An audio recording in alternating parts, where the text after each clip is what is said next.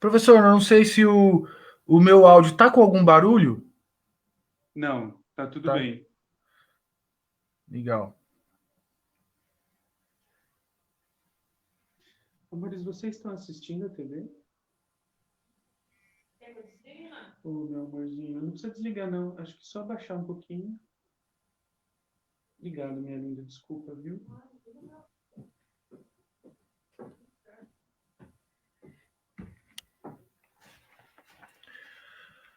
Boa noite, pessoal.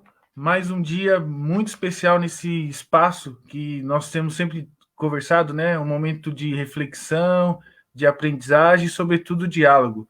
Então, nesse caminho que nós temos feito, um caminho bem interessante, bacana, que nós temos percorrido. E hoje é um dia muito especial mesmo. Quem conhece já sabe, mas aqueles que hoje vão nos acompanhar nós temos aqui hoje uma pessoa muito especial também, um professor que tem um carisma, que tem um carinho, sobretudo um amor muito profundo pelo que faz e pelo conhecimento. No dia de hoje, nós temos a grande alegria de receber no nosso espaço o professor Marco Aurélio. Então, eu gostaria já, desde já, agradecer muito o professor por ter disponibilizado, por ter tido, eu digo assim, todos que vêm a esse canal, a humildade de poder compartilhar tudo aquilo que é fruto de um longo tempo de estudo, de dedicação, e hoje nós temos aí mais uma grande pessoa conosco. O professor Marco Aurélio possui graduação em filosofia pela Universidade do Sagrado Coração, atualmente professor da Faculdade Unida de Suzano e Faculdade de Filosofia e Teologia Paulo VI. Tem experiência na área de filosofia, com ênfase na filosofia latino-americana e filosofia da libertação, atuando principalmente nos seguintes temas: filosofia latino-americana, filosofia política e formação para cidadão. O professor também é mestre de educação, é mestre pela Faculdade de Educação Universidade de São Paulo. E então quero desejar boa noite, é uma alegria, muito obrigado, professor, por ter aceito esse convite. Wilson, eu que agradeço, viu? Sempre muito bacana a gente oferecer às pessoas a possibilidade de conversar um pouco sobre o assunto.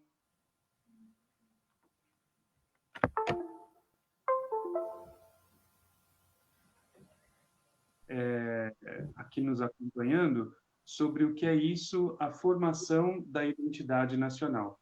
E aí eu gostaria, antes de começar, de apresentar um pouco um roteiro, né, para esse trabalho. Então, o método que eu vou seguir é um método que tem muito a ver com a arqueologia do Foucault. Então, quando a gente quer considerar uma discussão acerca do que é isso, a identidade, é muito complicado da gente querer encontrar um princípio universal e fazer com que esse princípio universal diga necessariamente o que é isso ser brasileiro, o que é isso ser brasileira, né? Quase como se houvesse um elemento que representasse a essência do ser humano brasileiro, e aí a partir dessa essência a gente consegue identificar a sua existência, né? Essa essência, inclusive, serviria como um critério para a gente selecionar aquilo que pode ser considerado brasileiro e o que não pode ser considerado brasileiro, né? Então, não gostaria de jeito nenhum de seguir essa perspectiva e por isso me proponho a um caminho arqueológico, e esse caminho arqueológico, na verdade, ele se propõe a ir escolhendo alguns elementos que vão compondo um processo de significação de um determinado fenômeno. E aí, no nosso caso, como a gente quer entender o que é isso, a identidade nacional, eu vou apresentar um dos elementos que pode ajudar a gente a começar a compor esse quadro multifacetado, que é isso, processo de significação do brasileiro e da brasileira. Me parece que para os outros encontros haverão outras pessoas que vão, inclusive, colaborar de formas diversas, mas ainda assim ajudando a propor novos elementos para esse quadro, né? Me parece que o professor Paulo Cubas vem por aí para falar um pouco sobre o que é a América Latina. e a gente não consegue dizer o que é isso ser brasileiro sem nos instituir também nessa relação intensa e imediata com aqueles que fazem fronteira conosco, né?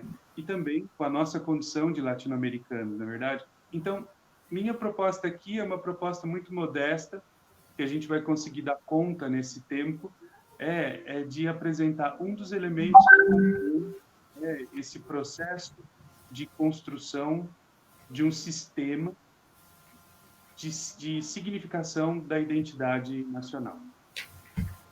Então, o que eu gostaria de propor é a influência do positivismo nesse processo de constituição da identidade nacional, principalmente a partir dos trabalhos de dois autores. Um primeiro é a professora Nísia Floresta, assim ela se denominava, e depois o médico Raimundo Nina Rodrigues. Então, ali, na virada do século XIX para o século XX, o positivismo ele acaba ganhando, a partir do trabalho desses dois autores, um impacto muito grande no que se refere a dizer o que é isso brasileiro e a brasileira e qual o lugar social que cada um desses deve ocupar. Então, eu gostaria de começar falando um pouquinho, mas coisa rápida, né, sobre o positivismo e como esse sistema se pretende olhar o que é isso ser humano e como organizar uma sociedade adequada para esse ser humano. Então, considera que antes da Revolução Industrial, dizia, né, o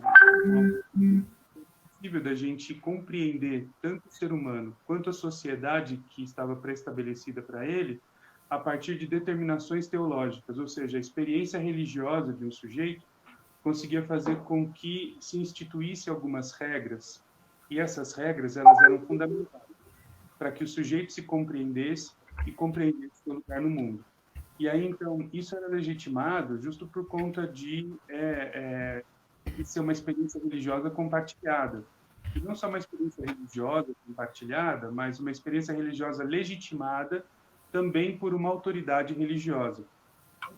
Um outro elemento que era possível antes da proposta do Comte positivista eram as utopias filosóficas. Algumas pessoas então, autores que desde o século IV a.C. escrevem sobre uma forma perfeita de organização social, aquela que dá conta de fazer a gestão da coisa pública de tal forma que todas as pessoas atendessem ao bem viver. Então, desde Platão, passando por Aristóteles e a Idade Média e assim por diante, a gente tem representantes, né, desses que tentaram organizar um conjunto teórico propondo uma sociedade de tal forma que todas as pessoas tivessem qualidade de vida. O Augusto Comte fala que depois da Revolução Industrial é muito complicado da gente conseguir olhar a sociedade a partir desses referenciais. E por isso, então, ele propõe um outro referencial. Ele acredita que a ciência vai ser capaz de, primeiro, identificar quem é o ser humano, o que o constitui na condição de humano, o que o constitui não só na condição de humano, mas aquilo que é próprio do corpo masculino e do corpo feminino. E aí, então, seguindo essa predisposição identificada pela ciência, a sociedade consegue organizar um conjunto de espaços dados para compor esse ser humano. O ser humano que compõe o espaço social que foi construído a partir das suas pré-condições, ele vai conseguir colaborar de forma efetiva para o progresso da sociedade. Então, uma sociedade ordenada, a partir dos pressupostos da ciência, tende necessariamente ao progresso. E aí, então, os trabalhos do professor Nina Rodrigues, eu gostaria de começar por aí, estão instituídos justo a partir dessa pré-condição. Quero contar um pouquinho sobre Nina Rodrigues, porque ainda que seja um sujeito que tem um impacto muito grande no que se refere à compreensão de si e à organização social no Brasil, inclusive a organização jurídica no Brasil, nós o conhecemos muito pouco. Né? Eu conheço pessoas para quem eu leciono, inclusive, pergunto sobre Nina Rodrigues, né? E falo, puxa, mas em 11 anos de formação básica, a gente nunca conversou sobre esse cara. E, de fato, ele está fora, não é, dos currículos nacionais, tanto para sociologia quanto para filosofia, e me parece que é uma grande injustiça a gente deixar esse sujeito de fora. Por isso, até para fazer um pouco jus, né, aqueles sujeitos que de alguma forma vão dizendo para a gente, olha, vale a pena ir por aqui, vale a pena ir por aqui, os pensadores, né, nacionais, eu gostaria muito de apresentar esse sujeito, dizer qual é a sua colaboração, e aí, sem juízo de valor nenhum, tá bom? Só estou dizendo um pouco qual é o trabalho dele, quais foram as consequências do trabalho desse autor, né? Então, o Nina Rodrigues, ele nasce em 1862, ele nasce no Maranhão e falece em 1906. A formação do Nina Rodrigues é em medicina. E ele, então, se propôs, numa cidade baiana chamada Serrinha, a tentar estudar, a partir de pressupostos da medicina do final do século XIX, o que é o processo de mestiçagem no Brasil e quais são as suas consequências. Então, a partir dos métodos próprios da medicina naquele período, inclusive contando, né, com métodos como antropometria, craniometria, e tantos outros, ele consegue identificar que a raça branca, a raça negra e o mestiço têm uma diferença muito grande no que se refere a três aspectos. O primeiro aspecto é a capacidade de apreender conceitos abstratos. Segundo aspecto, de atender a sistemas profiláticos. E o terceiro aspecto, de se apropriar das regras morais para a boa convivência de um determinado grupo. As experiências que ele fez em Serrinha, e ele só fez lá, porque lá ele identificava um grupo muito grande de mestiços. O número de pessoas brancas era muito pequeno e o número de pessoas negras era muito pequeno. Comparando as três etnias, e a partir desses três critérios, ele conseguiu identificar uma diferença muito grande de quantidade no que se refere às pesquisas feitas em negros, em brancos e em mestiços. E aí, então, ele tem números na mão que ele consegue provar que o processo de mestiçagem piorou a raça brasileira. O processo de mestiçagem fez com que os mestiços fossem menos dispostos a aprender conceitos abstratos, tivessem uma reação muito menor aos processos profiláticos, ou seja, eles adoeciam rápido e não conseguiam se curar com a mesma rapidez que os brancos. E terceiro, eles eram muito mais dispostos a um tipo de, como se diz, a um tipo de atividade menos caracterizada como moralmente adequada. Então, eles eram dispostos a vícios. O Nina Rodrigues, com esse tipo de pesquisa, ele conseguiu identificar que o problema para o Brasil, o problema que acabava provocando o não desenvolvimento da nação brasileira, e não desenvolvimento da nação no campo social e no campo econômico, tinha a ver com o processo de mestiçagem. Então, quando os portugueses vieram para cá, e a partir do processo de colonização, nessa condição de mestiçagem, eles pioraram a raça brasileira. E aí, então, o Nina Rodrigues, justo ali no final do século XIX, ele se propôs no campo da medicina, unir a medicina ao direito. E aí, então, quando ele entendeu que a medicina deveria ser unida ao direito, ele propôs um campo dentro do direito chamado medicina legal, que existe inclusive até hoje. Ele é um dos fundadores desse campo que tenta unir medicina com direito. E ele só propôs que se começasse a pensar o direito a partir desses pressupostos da medicina, porque ele entendeu que era impossível lidarmos no campo do direito com os brancos da mesma forma que nós lidamos com os negros e com os mestiços, dadas diferenças genéticas de cada um desse grupo humano. Então, a gente consegue identificar, a partir disso que foi apresentado, que esse autor apresenta dados, e dados que, inclusive, ele consegue mostrar a partir de um método que era próprio da época da medicina, é que nós temos, então, grupos étnicos que são constituídos biologicamente de formas distintas. E, por isso, o Brasil precisava se referir a essas pessoas também de forma distinta. Segundo ele, era injusto que se julgasse um homem branco com o mesmo código penal que se julga um homem negro e um mestiço. Então, no final do século XIX, começo do século XX, nós temos no Brasil dois códigos penais. Um que atende a homens brancos e outro que atende a negros e mestiços. Então, veja você que a gente tem um preconceito institucionalizado no Brasil, isso há um pouco mais de 100 anos atrás.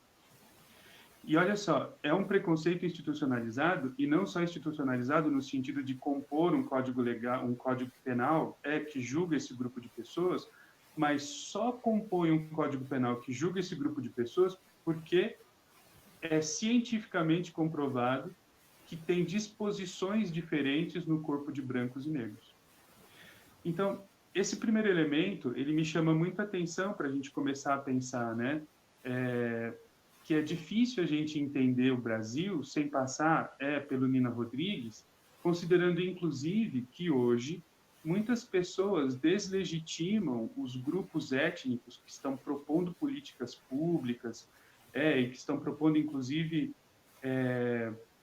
políticas afirmativas, né, para um determinado grupo étnico, sem considerar essa história que nos antecede, né? Então, olhar essa história numa perspectiva de atualidade absoluta, no sentido de dizer, não, tá tudo bem, a gente resolve só olhando para os esforços que os grupos étnicos fazem hoje, me parece muito, inclusive, injusto, não é? Com a história que em algum momento foi construída aqui e com as consequências, né, que um determinado tipo de pesquisa desenvolvida aqui no Brasil acabou tendo. Bom, um outro elemento que eu gostaria muito de propor aqui é que esse trabalho do Nina Rodrigues, ele não pode ser observado só nessa perspectiva, né? A gente não pode esquecer que ele escreveu muito sobre os negros no Brasil, escreveu muito, inclusive, sobre o processo de significação dos negros processo de significação da cultura brasileira a partir dos pressupostos da cultura africana. Então, há uma colaboração efetiva desse sujeito, por isso que eu digo que a gente não pode julgar esse teórico a partir do nosso olhar, né? Então, sem juízo de valor nenhum, só apresentando a colaboração desse autor para a gente poder pensar a constituição da identidade do brasileiro na contemporaneidade. Um segundo elemento, então, para a gente trazer aqui para montar, né, esse quadro grandão que a gente está querendo montar, então apresentando mais um elemento desse quadro, é a Anísia Floresta, né? Então, o nome dela é Dionísia Gonçalves Pinto. Ela nasce em 1810, ela nasce no Rio Grande do Norte e falece em 1885, na França.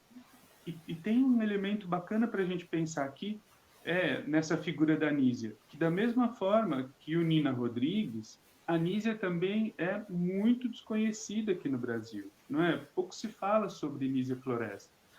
E ela tem um impacto tão grande no que se refere, inclusive, à constituição do povo brasileiro e no que se refere, principalmente, aos movimentos feministas aqui no Brasil, que é inigualável, né? Assim, eu não conheço outro nome antes da Anísia Floresta que se compare ao seu trabalho. Então, considerar a Anísia Floresta, inclusive, como sendo a fundadora da primeira onda feminista aqui no Brasil, não é um problema, pelo contrário. É fazer justiça à presença e ao trabalho dessa mulher. Então, o que aconteceu? A Anísia morava aqui no Brasil e a filha adoeceu. E ela, então, precisou viajar para a França para a filha poder se tratar por lá. E aí, enquanto esperava a filha se tratar, ela meio sem fazer nada, né, em Paris, viu que estava acontecendo um curso de filosofia positiva dentro de um teatro. E aí ela entra no teatro e percebe que é o Comte que estava dando essa aula, não conhecia o Comte, né? E aí começa a frequentar diariamente as aulas do Augusto Comte e pede uma conferência com ele depois da aula, né? E ele a atende. E os dois se tornam grandes amigos. Quando ela, inclusive, volta, né, pela primeira vez, quando a filha está um pouco melhor e ela volta para o Brasil, enfim, os dois trocam várias correspondências, né? Inclusive, há uma publicação das correspondências que o Comte trocou com Nízia Floresta. E o que chama a atenção da relação desses dois personagens, né? Primeiro é que a Nízia, por ser mulher, e dentro desse pressuposto, né, positivista, ela não poderia estudar fora de casa. Porque para os positivistas, a mulher ela é identificada como sendo aquela que deve ocupar o espaço privado, né? Ela é constituída naturalmente como um ser moralmente irreprimível, acolhedora. É um ser disposto a formar moralmente a nova prole, isso é fundamental para uma sociedade bem ajustada, e corrigir moralmente o marido. Então, essa é a função da mulher. E quanto mais ela obedece à sua natureza, melhor ela será. Por isso, é um tipo de natureza que deve ser obedecida sem o recurso da razão. O Comte fala várias vezes que a mulher, quando começa a estudar fora do ambiente restrito da casa, ela passa a piorar aquilo que a instituiu na condição de natureza que lhe é própria, que são os seus valores, e que é a capacidade de formar a nova geração e de corrigir moralmente o marido. Logo, quanto melhor ela obedece à sua natureza, quanto melhor ela aceita aquilo que ela é, sem a intervenção da razão, melhor ela ocupará a sua função no ambiente doméstico e melhor será a sociedade preparada, inclusive, olha como é importante o papel da mulher para o Comte, preparada naturalmente para propor sujeitos que vão ocupar espaços sociais moralmente bem constituídos. Então, a Anísia aparece lá, começa a estudar com o Comte, pede essa conferência, e o Comte reconhece na Anísia alguém que pode falar e primeiro compreendeu bem o positivismo e depois pode falar com propriedade sobre isso que compreendeu. E, inclusive, foi muito curioso o Comte se referir a Anísia nessa condição. Mas, enfim, os dois, então, se tornam grandes amigos, como falei, trocam correspondências, e a Anísia, então, volta para o Brasil. Ao voltar para o Brasil, ela começa a pensar de forma mais cautelosa, né, sobre isso que o positivismo entende como sendo a pré-condição da mulher e o seu papel na sociedade, e ela diz, olha, eu concordo com o Comte, não é? A mulher é mesmo alguém instituída na sua condição de natureza como sendo aquela que deve sim ocupar o espaço doméstico, o espaço privado, que deve sim formar moralmente a nova geração e que deve corrigir o marido. Concordo com o Comte. Agora, e aqui vem o que é fabuloso nessa mulher. Ela diz: a natureza pode ser melhorada. Por isso, é óbvio que a mulher deve ocupar o espaço privado. Mas também é tão óbvio quanto isso que a mulher deve sim ocupar o espaço público. Que a mulher deve estudar. E ao estudar, ela vai aprimorar aquilo que a natureza já lhe ofereceu. Né? Então, a Nísia, ela funda uma escola para mulheres no Rio de Janeiro e começa lá a propor um currículo similar ao currículo que os meninos usavam para estudar. As meninas que estudavam na escola da Nísia, elas entenderam que eram capazes de apreender o mundo tal e qual os homens apreendiam e que podiam, inclusive, considerar aspectos sobre o mundo que até aquele momento não haviam sido considerados, não é? Então, a Nísia, ela publica artigos científicos sobre o positivismo em revistas científicas onde só homens podiam publicar. E olha o que é mais legal, ela não fazia isso com pseudônimo, que isso era até um certo ponto comum. Há histórias, por exemplo, de mulheres escritoras que ganhavam concurso feitos, por exemplo, no século XIX para o século XX, e elas não poderiam publicar os seus contos ou seus livros porque eram mulheres. Então elas usavam pseudônimo masculino e publicavam os seus livros, né? A gente pode inclusive voltar um outro dia para falar sobre essas histórias e aí a gente conta, né, um pouco mais dessas histórias dessas mulheres. Eu vou ficar muito feliz de fazer isso. Mas a Nísia não precisou fazer isso. A Nísia, ela publicava com o seu pseudônimo, né? Porque já falamos, né, o nome dela era Dionísia Gonçalves Pinto. E ela se deu o pseudônimo de Nísia Floresta. E ela publicava como Nísia Floresta. Né? Ela, além de publicar em espaços que eram de publicação masculina, ela também fazia comentários a textos escritos por homens.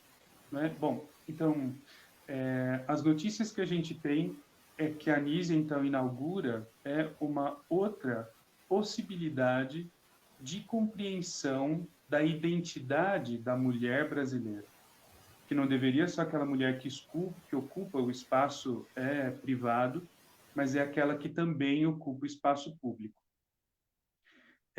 Existem algumas críticas que se fazem ao processo de constituição da identidade da mulher brasileira a partir da Nísia, né? Ainda que ela tenha superado, né, um pressuposto acerca da mulher, esse, né, de ocupar só o espaço privado, e tenha colocado a mulher no espaço público, há uma preocupação muito grande de alguns autores de dizer que a Nísia deveria ter feito um processo muito similar à constituição do homem brasileiro. Então, deveria a Nísia, além de dizer que a mulher deve ocupar o espaço público, dizer que também é próprio do homem as atividades que são próprias do espaço privado. Né? Então, algumas pessoas fazem uma crítica, né, à colaboração da Nísia, dizendo que ela colocou a mulher fora de casa, mas ela não tirou da responsabilidade da mulher e só da mulher os cuidados do espaço privado.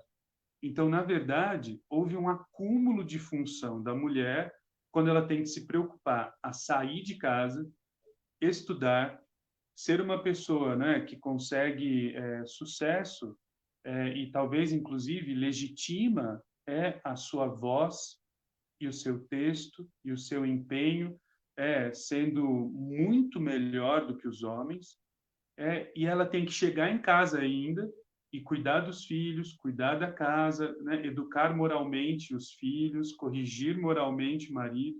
Então, parece que houve um acúmulo de função e que a Nísia talvez não tenha se atentado na época, mas os movimentos feministas hoje fazem esse esforço, né? Inclusive os movimentos feministas que fazem uma discussão sobre a importância da educação como sendo não é, dos serviços públicos que compõem esse sistema de serviços para atendimento integral à pessoa, não é?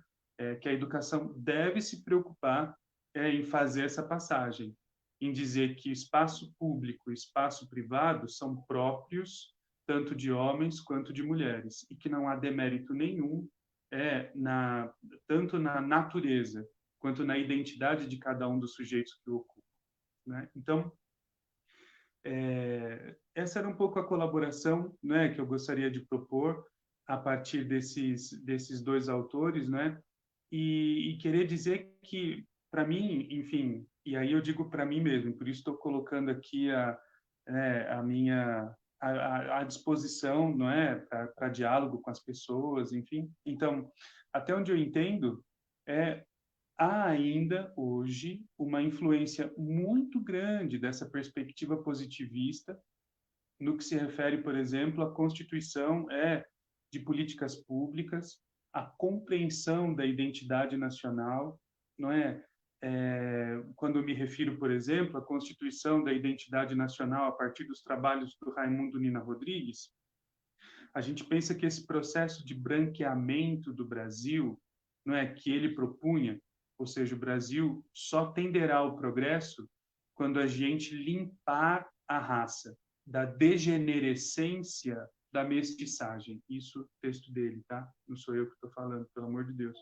Esse texto, inclusive, para quem quiser dar uma olhadinha, o título do texto é As Raças Humanas e a Responsabilidade Penal no Brasil. É um texto de 1894. Então, nesse texto, ele diz, olha, o processo de branqueamento é fundamental para a gente conseguir propor essa nação rumo ao desenvolvimento. E, pasme, esse cara, ele tinha apoio de muita gente. Não é? Por exemplo, o Monteiro Lobato, ele apoia de forma declarada o processo de branqueamento no Brasil. E aí as pessoas falam, para com isso, cara, não é, né? Não tem nada a ver, né? Você está achando pelo em ovo, né? O Monteiro Lobato não apoiava nada. Ok, então eu convido, quem diz que Monteiro Lobato não apoiava o branqueamento, eu convido, por favor, a ler o único romance que ele escreveu chamado O Presidente Negro. Nesse texto, o Monteiro Lobato descreve com clareza, num dos personagens, todo o projeto do Nino Rodrigues, que faz a crítica ao processo de degenerescência da nação brasileira através da mestiçagem e como projeto de superação dessa degenerescência o branqueamento da sociedade brasileira. E por que eu digo isso? Porque ainda hoje nós ouvimos pessoas dizendo exatamente a mesma coisa. Nós ouvimos ainda as pessoas dizendo, né, que eu fico com medo quando eu vejo uma pessoa negra à noite andando na rua. E por quê? Por que será que a gente ainda tem medo? Por que será que negros e brancos continuam sendo tratados? Isso não sou eu que estou falando, são os números que estão falando, tá bom? Né? Por que negros e brancos ainda são tratados de forma diferente na abordagem policial?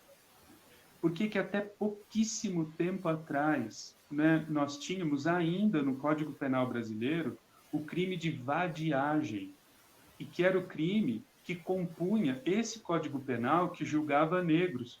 E o que é o crime de vadiagem? É alguém estar parado, sem fazer nada, numa determinada esquina. Então, se o policial passasse e visse um negro ou um mestiço parado na esquina, o senhor está preso. Não, mas por que eu estou preso? O senhor está preso porque o senhor está parado aí? Então, a figura da pessoa negra parada, sem fazer nada na esquina, já era uma ameaça por si mesma. E isso estava, não estou dizendo que era só uma apreciação subjetiva do sujeito, isso estava no Código Penal.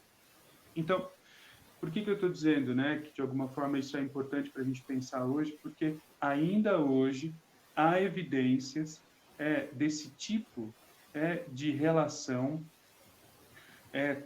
entre sujeitos no Brasil, e que, de alguma forma, a gente só consegue entender por que isso existe justo por conta de existir na história da constituição da identidade do brasileiro um elemento que legitimou esse tipo de comportamento. Né? E por último, por que será que ainda hoje, quando eu saio de avental, porque eu estou aqui, sei lá, lavando louça em casa, estou com avental para não molhar a camisa, vou levar o lixo lá fora. Tudo bem. Então eu pego o cesto de lixo, vou levar lá fora para o descarte, e eu saio usando o avental.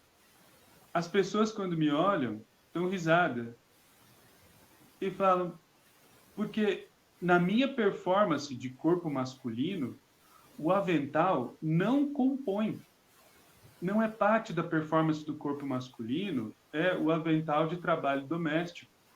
Eu posso usar qualquer outra coisa, eu posso sair sem camisa, que ninguém vai me encher o saco, ninguém vai dar risada, ninguém vai falar nada. Agora, se eu saio com avental, eu sou motivo de chacota.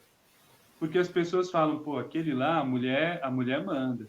Aquele lá, ó, aquele lá, quem fala é a patroa.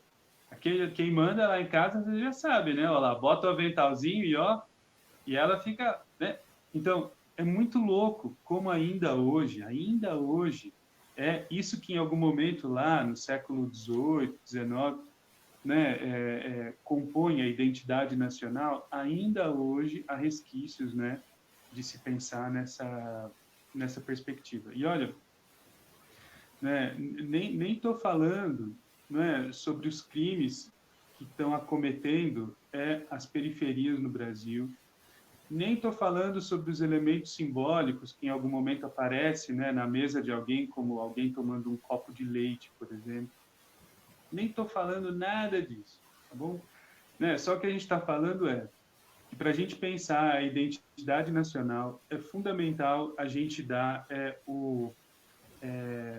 da justiça aqueles que de alguma forma colaboraram para a gente compreender o que é isso ser o homem brasileiro, o que é isso ser a mulher brasileira, ser homem preto no Brasil, ser mulher preta no Brasil.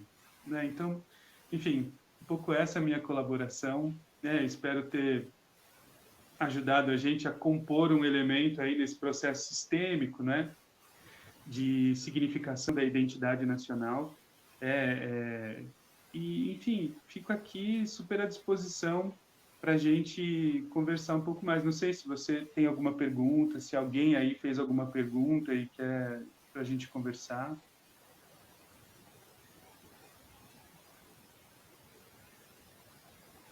Eu não consigo te ouvir, lindo, desculpa. Eu acho que seu áudio está... Consegue? Agora Consegue? Bom, primeiramente, muito, muito bom. Aqui não encerramos não, galera. É só para agradecer desde já nessa colocação, assim, essa reflexão, esse estudo, né, esse aprofundamento nesse tema tão, acho que tão necessário no dia de hoje no Brasil. Eu digo hoje, aí não é pensando no dia 10, mas esse período nosso, né, e como que vai ser ainda mais necessário, né? Então, eu fico extremamente agradecido. E aí, como o senhor comentou no começo, né, nós estamos tentando fazer essa caminhada, pensando América Latina, pensando a nossa cidade de Itaquá, a gente pensando, como nós tivemos aqui, a influência, né, dos costumes, da maneira da Idade Média que chegou com os colonizadores. E aí hoje nós temos essa belíssima reflexão, né, de uma construção de identidade. E aí, me permita, professor, às vezes a gente encontra as feridas, né, nessa construção. O senhor, com todo respeito, claro, apenas analisando o autor, o texto, mas a gente encontra também raízes aí de tudo aquilo que hoje eu posso dizer assim, infelizmente, eu sei que tem pessoas que vão pensar diferente, aí a gente é num espaço de diálogo aqui, mas que a gente acaba observando. E aí sim, professor, eu tenho aqui algumas perguntas, e aí até peço para os meus amigos quiserem mandar uma pergunta ou outra para a gente tentar colocar aqui para o professor. Eu repito, né, mais uma vez a dificuldade aqui na plataforma, mas eu vou ler para o professor uma que eu tenho aqui. É do Flávio. Professor, esse rapaz o senhor também precisa conhecer e bater um papo com ele, Flávio. É um ex-aluno nosso lá da escola Marcelo Tadeu, divisa ali com Itaquá e Suzano, né? Um jovem, assim, eu sou muito fã dele, tem uma história muito interessante, assim, de estudo, de dedicação mesmo, né? Era aquele aluno que, ninguém... E ele não, estudava, e tem hoje umas leituras muito interessantes. Já convidei ele para estar aqui com a gente também. Ele diz assim: como se deu a relação do positivismo com o nacionalismo? Diversas correntes nacionalistas reivindica e usa muito do positivismo no seu programa político. Qual a relação entre... Opa, deixa eu ver aqui. Qual a relação entre uma coisa e outra? É uma pergunta do Flávio. Eu tenho também aqui, professor, antes da agradecer muito a minha noiva, aquela que ajuda a organizar as coisas aqui. Um abraço a ela. Professora Rosana também mandou. Professora Rosana, até se ela está acompanhando, poder bater um papo com o senhor também depois, procurar. Ela também tem feito um trabalho de discussão sobre o papel da mulher, sobre vários aspectos que são bem interessantes também. Deixar um abraço aqui para a Larissa, uma professora também de letras, faz um trabalho muito legal. Tem mais uma pessoa aqui que eu estou tentando achar aqui, professor. Deixa eu achar aqui.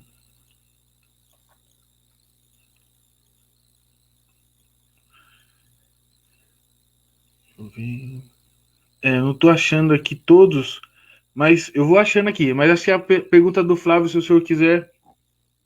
Se quiser que eu Legal. repita também de novo. Não, tá tudo bem. Flávio, obrigado, viu, pela pergunta. Quando eu penso em nacionalismo e, né, a relação que a gente pode estabelecer com o positivismo, eu estou pensando, por exemplo, em um sistema político que ele precisa necessariamente se instalar a partir daquilo que é o pressuposto próprio daquela nação, daquele grupo, e o fortalecimento daquela nação e daquele grupo a partir de alguns símbolos. E você sabe que os elementos simbólicos para a constituição do nacionalismo eles são fundamentais, né? E um dos elementos simbólicos fundamentais para esses sistemas nacionalistas é a identidade sem mistura, não é? Sem a miscigenação. Qualquer processo de miscigenação para um sistema nacionalista é um absurdo, porque você destitui simbolicamente o sujeito da pureza de nascimento, né? Então, a grande maioria dos processos, né, de instituição de um sistema de governo nacionalista, eles precisam necessariamente desse elemento simbólico, que é a pureza da nação. Haja visto, por exemplo, que a gente já viu na instituição do governo nacionalista alemão, e aí eles precisaram necessariamente propor um projeto eugênico, inclusive mediado por um sistema científico, e por um grupo de cientistas, em função de provar, primeiro, a pureza da raça, quanto essa pureza da raça ela era melhor do que a raça mestiça, e aí, então, como a pureza da raça era fundamental para o desenvolvimento da nação. Então, o positivismo, visto nessa perspectiva, ele é condição de possibilidade para instituir um sistema nacionalista eficiente, né, inclusive. E me deixa dizer uma coisa, aqui no Brasil, existia um cara ali no finzinho do século XVIII, comecinho do XIX, acho que é 1768 que ele nasceu e morre ali em 1850, o nome dele é Joaquim Nabuco. Esse cara ele foi deputado aqui no Brasil nesse período. Ele negociava já, né, com um império decrescendo, né, em poder e em legitimidade. E o Joaquim Nabuco ele ficou muito tempo como adido em Washington.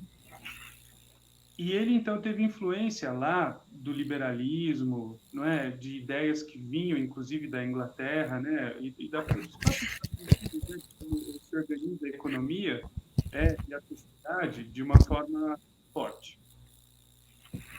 E esse sujeito liberal era um abolicionista no Brasil.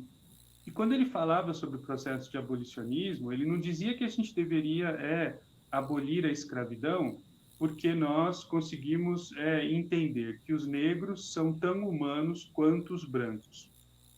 Mas o processo de abolição da escravidão no Brasil deveria se dar por causa de um projeto de desenvolvimento econômico e desenvolvimento social. Ou seja, é impossível a gente garantir que uma nação continue se propondo como o Brasil se propunha no final do 18, começo do 19, produzindo só a matéria-prima, exportando a matéria-prima, o dinheiro da exportação da matéria-prima acumulado na mão de grandes proprietários de terra, e tudo isso feito com trabalho escravo. Cara, a gente não estava fazendo girar a economia dentro do país, ele dizia. Né? Ainda que a gente tenha aqui um pezinho atrás com os liberais, e a gente não vai falar isso aqui, viu? Porque isso vai provocar muito problema. Mas veja a proposta dele. Ele dizia assim: se a gente vai, então, propor um abolicionismo a partir de uma perspectiva de desenvolvimento econômico, não dá para assinar só uma cartinha para a gente mandar os negros, então, irem embora, vocês estão livres, vai fazer sua vida. A gente precisa de uma grande reforma estrutural na nação. E uma reforma estrutural porque toda a nação brasileira foi constituída a partir de uma perspectiva escravocrata. Quando a gente apresenta o projeto do Raimundo Nina Rodrigues, e um projeto que, inclusive, era consorte com um projeto de um monte de gente, inclusive acabamos de ver, né, com escritores brasileiros e tudo mais, são projetos que iam contra esses projetos dos liberais. Justamente porque a gente tem um outro caminho no Brasil. A gente tem no Brasil um projeto nacionalista que estava lá, né, em 1950, principalmente com Getúlio. E esse projeto, cara, do Nino Rodrigues, ainda está lá, escondido nas propostas do Getúlio. Né? A gente consegue entender isso. Uma outra vez, olha como eu estou me comprometendo com você, Nilson.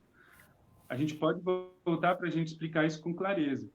Né? Então, o Nino Rodrigues, o Joaquim Nabuco, ele não consegue levar para frente um projeto dele, porque aqui no Brasil a gente tem uma grande dificuldade de fazer as reformas de base.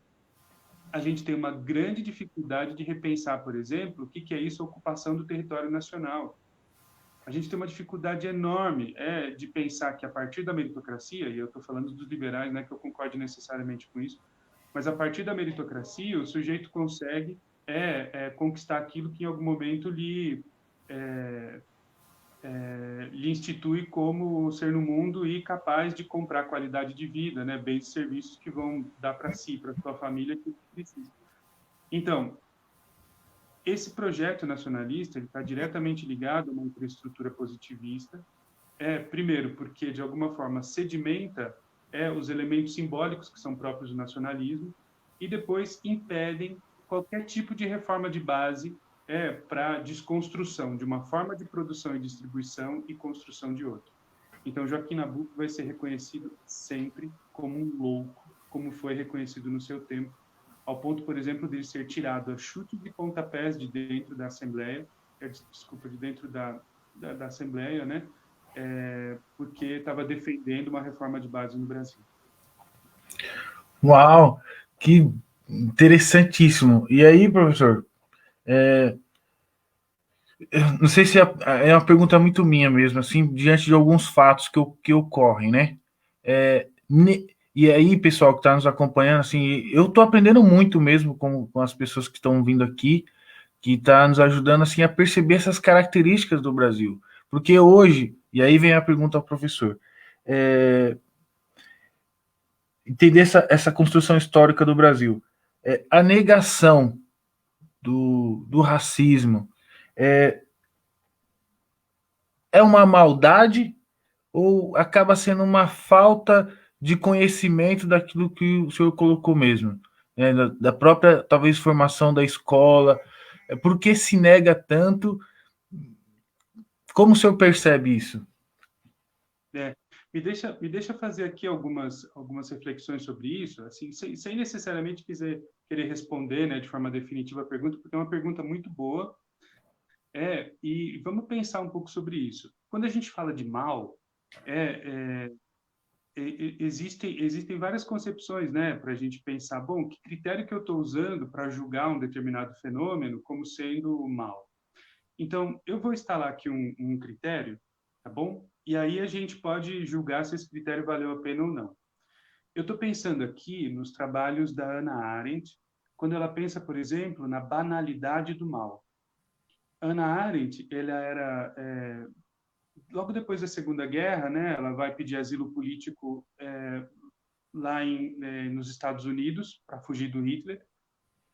E aí então ela trabalha como professora universitária e o The New Yorker, um jornal norte-americano, a contrata para ela cobrir o julgamento do Eichmann, que aconteceu em Jerusalém.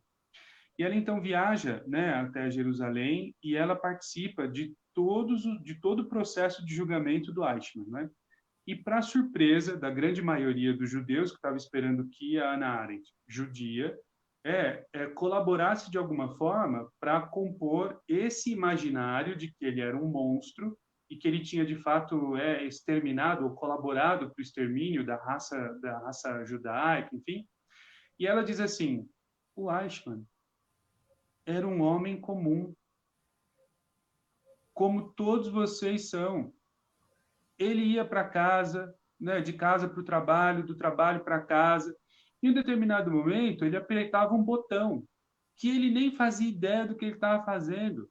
Ele disse isso lá, enquanto ele estava nos seus pronunciamentos.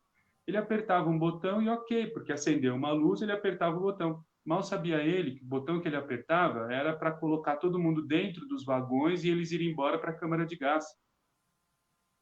Ele estava fazendo mal, mas ele não tinha refletido em momento nenhum o mal que ele estava fazendo. Talvez se tivesse a possibilidade de saber o que estava fazendo e refletir sobre isso, não faria. Então, a banalidade do mal acontece todas as vezes que a gente faz alguma coisa porque nos falta o conjunto de oportunidades para conhecer a causa e a consequência do que a gente está fazendo e refletir com calma sobre isso.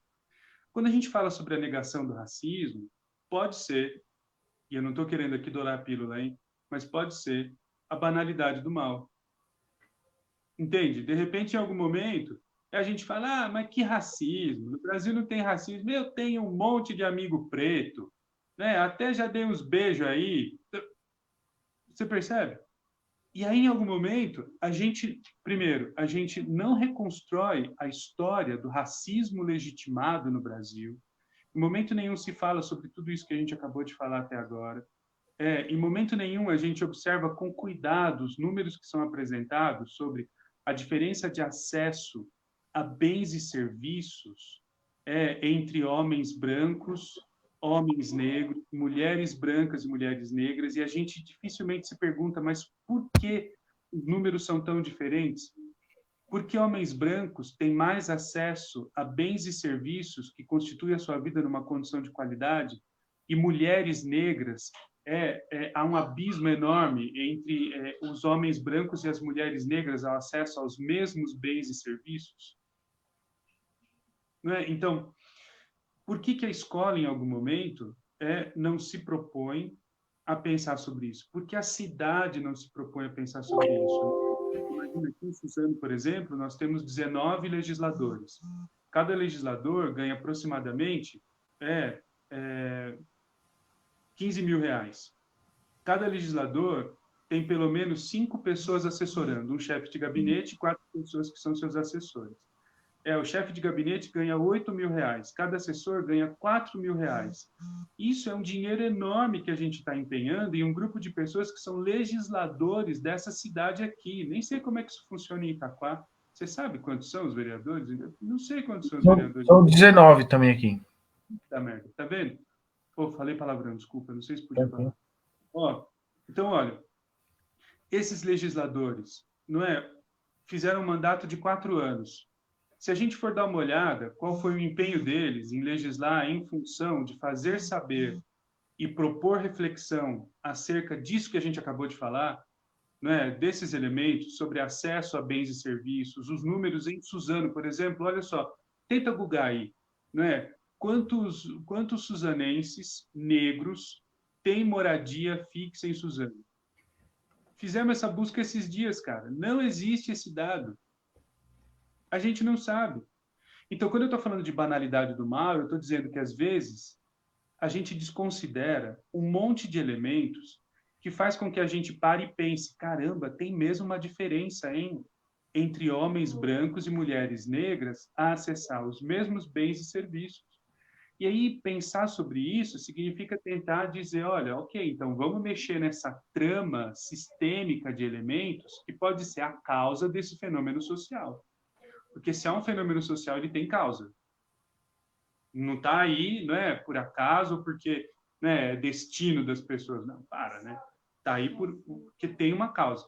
Então, é estabelecer um conjunto de elementos e de ações que vão colaborar para a gente identificar quais são as causas e propor um conjunto de hipóteses para solucionar essa causa é fundamental. É trabalho da escola? É trabalho de um conjunto de equipamentos públicos que estão aí a serviço do atendimento integral à pessoa? Do CRAS, do CAPS. E é trabalho dos legisladores das nossas cidades? Super mano. Então, olha só, em algum momento, negar o racismo pode ser um mal banal, pode. E quem a gente responsabiliza?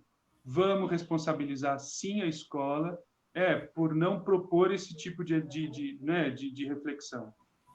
Vamos responsabilizar, sim, a nossa incapacidade de fazer esses serviços públicos funcionarem de forma sistêmica. A escola converse com o CRAS, converse com o CAPS, converse com o posto de saúde, para conseguir, nessa conversa, estabelecer um conjunto de políticas públicas para o bairro que consegue identificar quais são os elementos lá de distanciamento, de equidade de acesso a serviços, e superar isso, pô. Vamos responsabilizar o poder público? Vamos pra caramba, cara. Vamos pra caramba, né? O que esses legisladores estão fazendo lá, ganhando essa puta grana, né? E não estão propondo um conjunto de ações para dar acesso a isso. Cara, será que eu atrapalhei seu canal? Eu estou falando um monte de coisa aqui e eu acabei me empolgando. Não, A gente qualquer coisa paga essa live aí, tá bom? Fica só pra gente, a gente olha isso com carinho aí. ó, eu particularmente, o senhor já falou, espero um outro momento também ter mais um espaço, mas são coisas profundas, professor. O senhor lembra do professor grego? O senhor até me perguntou antes, né? Qual que é a finalidade, né? Eu participo da comunidade, a gente tem uma reflexão política também, a gente tem, somos educadores, somos lá professores, mas eu quero admitir, a resposta, no meu ponto de vista, é muito inteligente, né? Assim, foi uma inteligência profunda essa resposta, né? Então, usando aí a reflexão da filósofa sobre essa banalidade do mal, que de uma certa forma, e quem prestou atenção, né? Quem prestou atenção, nos ajuda até evitar o conflito, que nos parece ser uma coisa quase que uma saída, né? Porque você fala, o outro fala, mas nunca senta para conversar e dialogar. Então a gente talvez pode ter esse olhar que, num primeiro momento, até tive, pô, será que é maldade? E aí, de repente, a gente percebe, não, existe sim, realmente uma construção, e aí, novamente, né, como que é necessário nós, e o povo, né, todos nós mesmo, estudarmos, termos conhecimento a essa nossa história, essa produção, de tudo que nos faz perceber o que o que nos constitui mesmo, né, como cidadãos e como brasileiros. Porque a gente vai identificar algumas dificuldades que nós tivemos na história, e alguns vão dizer assim, não tem que romper com nada, mas se nós não rompermos, perpetua. E aí você precisa de... E aí, acho que esses momentos acho que está sendo muito interessante. Poder escutar essas palavras, nessa reflexão, nos ajuda a ter esse olhar mesmo, né? Assim, eu particularmente fiquei muito tocado mesmo por essa resposta, né? Foi muito profunda mesmo, dizer, olha, então ainda é necessário assim esse diálogo, essa conversa e é realmente, aí nós pensamos, nós vamos falando do racismo e aí nós vamos encontrar até outras situações, né? Itaquá particularmente, professor, e nós discutimos isso com o professor Leandro, que falou sobre Itaquá, foi por muito tempo, ainda mas mais ainda na sua constituição lá, na sua formação, uma cidade dormitório, e depois uma cidade de muitos migrantes.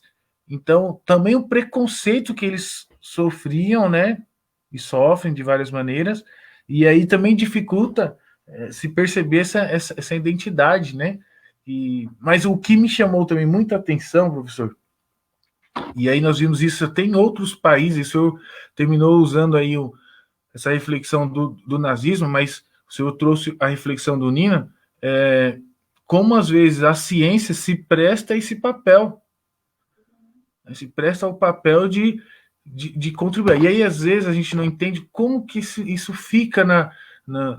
Eu vou usar um termo aqui, não sei se está certo, mas fica nesse consciente coletivo, né? A coisa e 100 anos, usando o texto bíblico, né? É um dia, mas 100 anos parece assim muito pouco, mas para quem vive os flagelos de gerações por causa desses 100 anos, né? Não, exatamente. E se a gente não conseguir uma colaboração efetiva, sabe?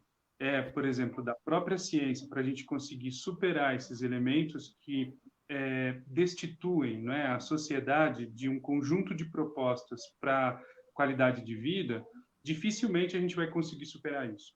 Né? Então, é fundamental que haja uma colaboração efetiva, sabe? Da ciência, dos outros equipamentos públicos, enfim, para a gente conseguir superar isso que em algum momento compõe a nossa história, né? E que hoje já não dá mais para a gente dizer, né, que está instituído em condição de legitimidade. Não dá mais para a gente falar, olha, ok, então cientificamente provado que existe uma diferença de qualidade entre as etnias. Não dá mais, né? E, Então, há uma responsabilidade social da ciência e é fundamental contar com ela para a superação dessa não equidade de acesso aos bens e serviços que constituem a qualidade de vida da pessoa.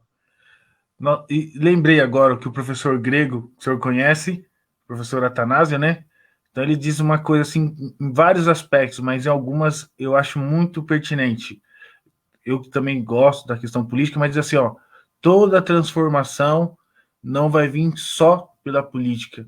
A gente precisa que o povo se organizando aos seus modos, às suas reflexões, mudar, né, um pouco o seu modo, mas é, é um papel de sociedade, né? Sociedade precisa entender isso como algo fundamental para que ela tenha mais qualidade de vida, né? Consiga refletir. Então parece que existe também, você tem os problemas e acaba existindo uma alienação desses problemas, né? A gente vai se acostumando com algumas coisas. Bom, professor, muito obrigado. Eu quero deixar mais um abraço aqui e aí depois eu vou passar o contato do professor Leandro. Acho que nesse momento a gente está conseguindo fazer uma coisa interessante. Eu quero agradecer a professora Bia que nos possibilitou ter esse contato, né? Esse momento. Então, o professor Leandro, que fala sobre Itaquá, como disse a professora Rosana, que está fazendo um trabalho também de reflexões sobre empoderamento, né, da mulher, mas até desse ponto de vista, assim, olha, não é nem nada tão radical, é algo simples assim, mas que é fundamental e necessário. Quer deixar um abraço para a Lourdes, eu vi que a Lourdes passou aqui, que é a Lourdes do nosso sindicato dos professores, uma pessoa incrível, tenho uma admiração profunda pela Lu, se ela estiver aqui, Lu, você sabe, né, do tanto que você contribui para a educação, um forte abraço. E quero agradecer, professor. Muito obrigado. Dizer para o pessoal que está nos acompanhando e vai nos acompanhar depois, a Faculdade Paulo VI ganha muito tendo o senhor e tantos outros professores, mas cito o senhor, o professor Tavares, como eu falei, e o padre Cláudio, que foi meu orientador, ajudou muito, né? E tantos outros professores lá. Muito obrigado. É uma alegria poder ter recebido o senhor aqui. E também está o nosso espaço. Quando quiser nos ajudar com essas reflexões, estamos abertos, professor. Que legal. Eu que agradeço, viu, a oportunidade conversar com calma sobre esse assunto e eu estou muito para voltar sempre que for adequado e couber na agenda. Muito obrigado, viu, pelo carinho, pela amizade e um forte abraço. Abraço, professor. Então, pessoal, eu quero agradecer. Amanhã nós estaremos aqui com a professora Lu falando sobre empatia e alteridade no filósofo Immanuel Kant. Então, você que está nos acompanhando, Eu não estou ouvindo acompanhe. você, querido. Não está ouvindo, professor? Não estou ouvindo. E será que deu? Peraí.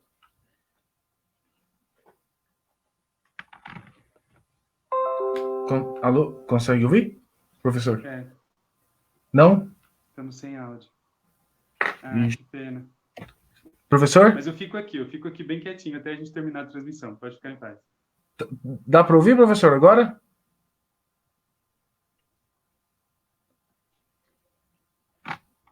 Pode ficar tranquilo. Eu espero aqui a gente terminar a transmissão, mas eu agradeço muito mesmo, viu? Foi uma oportunidade de ouro, de verdade.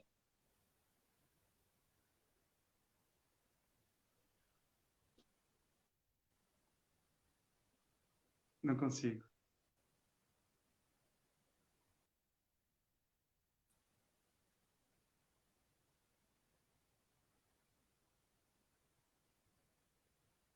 Que pena.